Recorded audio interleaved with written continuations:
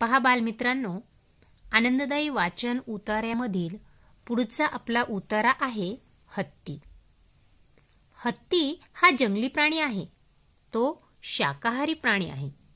त्याच्या लांब दातांना सुळे म्हणतात.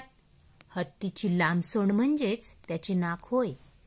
सोंडेचा उपयोग अन्न उचलून तोंडात घालण्यासाठी, पाणी पिण्यासाठी व वस्तू उचलण्यासाठी होतो. हत्ती हा बलवान प्राणी आहे. हत्तीला योग्य प्रशिक्षण देऊन त्याच्याकडून ओंडके उचलणे, ओझी वाहणे इत्यादी कामे करून घेतात. हत्तीला गज असेही म्हणतात.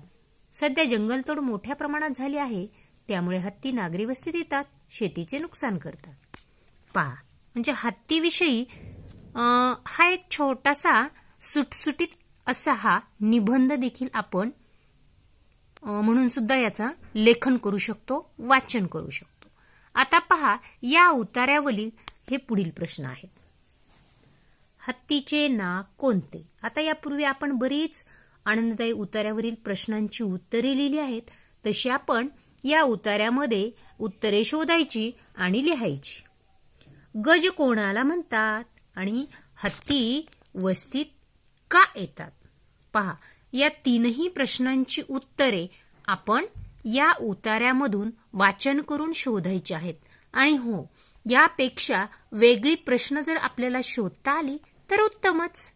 प्रश्नही शोधायचे आणि उत्तरे देखील लिहायची.